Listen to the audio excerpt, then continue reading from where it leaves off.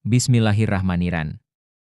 Assalamualaikum warahmatullahi wabarakatuh. Saya Mu Indrawansyah dengan NIM 90501230446 dari kelas Perbankan Syariah C. Pada video kali ini saya akan menjelaskan materi tentang kebijakan pendapatan dan kebijakan belanja dalam ekonomi Islam. Ekonomi Islam memiliki prinsip-prinsip yang unik dalam mengelola pendapatan dan belanja negara. Berikut adalah beberapa aspek penting dalam kebijakan pendapatan dan kebijakan belanja dalam ekonomi Islam. Kebijakan pendapatan dalam ekonomi Islam. Zakat.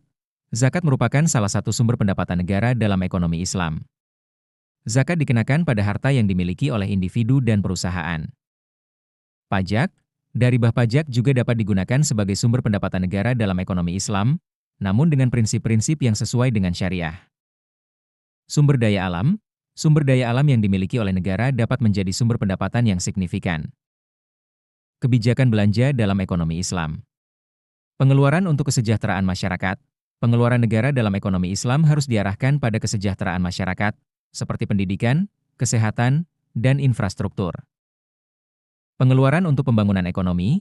Pengeluaran negara juga dapat diarahkan pada pembangunan ekonomi, seperti investasi pada sektor-sektor strategis. Pengeluaran untuk jaminan sosial. Pengeluaran negara juga dapat diarahkan pada jaminan sosial, seperti bantuan kepada fakir miskin dan orang-orang yang membutuhkan.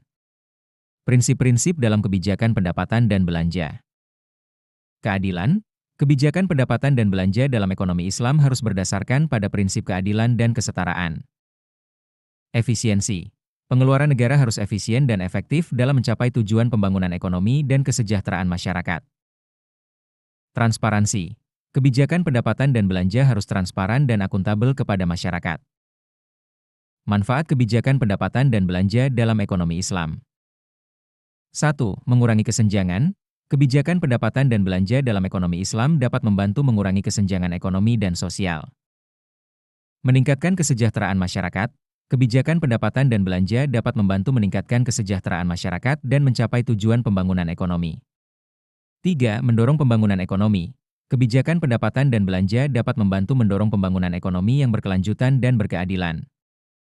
Mungkin cukup sekian video dari saya. Wassalamualaikum warahmatullahi wabarakatuh.